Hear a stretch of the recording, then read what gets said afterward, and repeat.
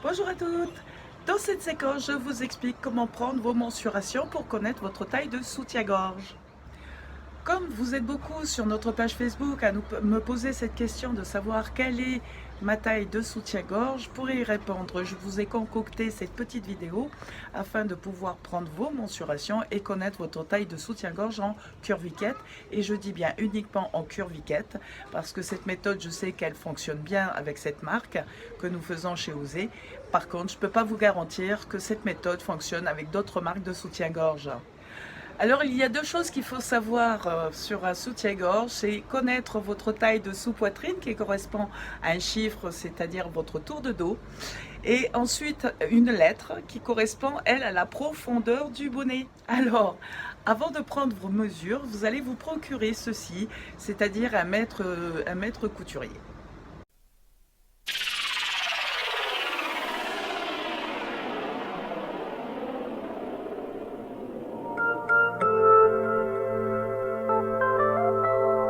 Donc la première mesure que vous allez prendre, c'est votre tour de sous-poitrine qui se trouve juste là. Vous positionnez le mètre ruban bien parallèle au sol et positionnez juste sous vos seins.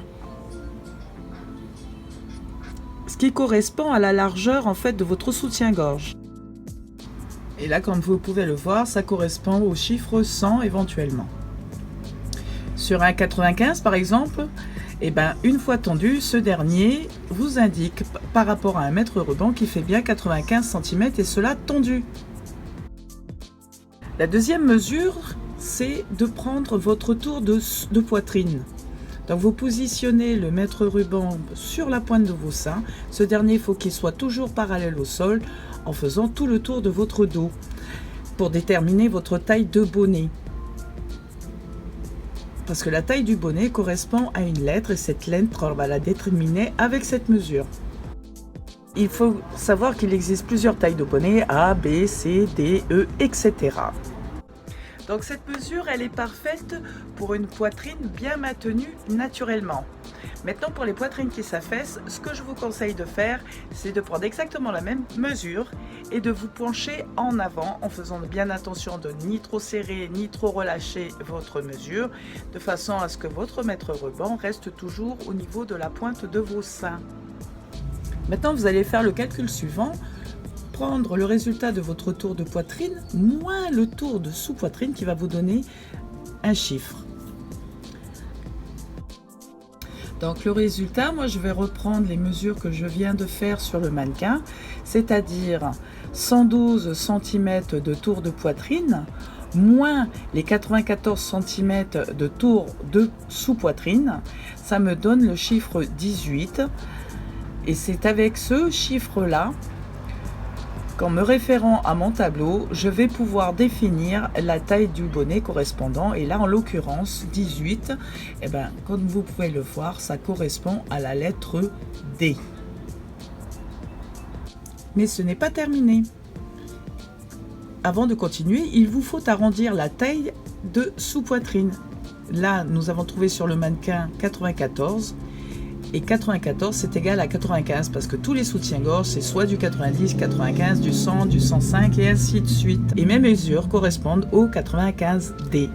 Alors pour arrondir, arrondissez toujours au 0 ou au 5 qui suit. Là, on a trouvé sur le mannequin 94 cm, ça va correspondre à un soutien-gorge en 95.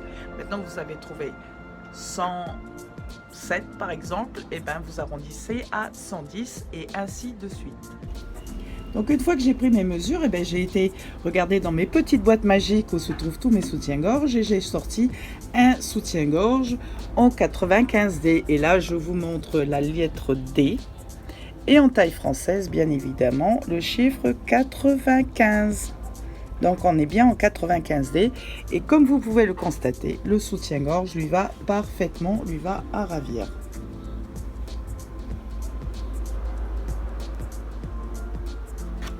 Voilà. Et si je tourne le mannequin, vous voyez que le soutien-gorge lui va vraiment à ravir. Donc je vous récapitule le tout avant de terminer cette vidéo.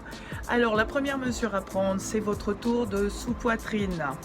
La deuxième mesure, votre tour de poitrine, Bien sûr, si votre poitrine s'affaisse un petit peu, le mieux c'est de se pencher en avant pour prendre cette mesure.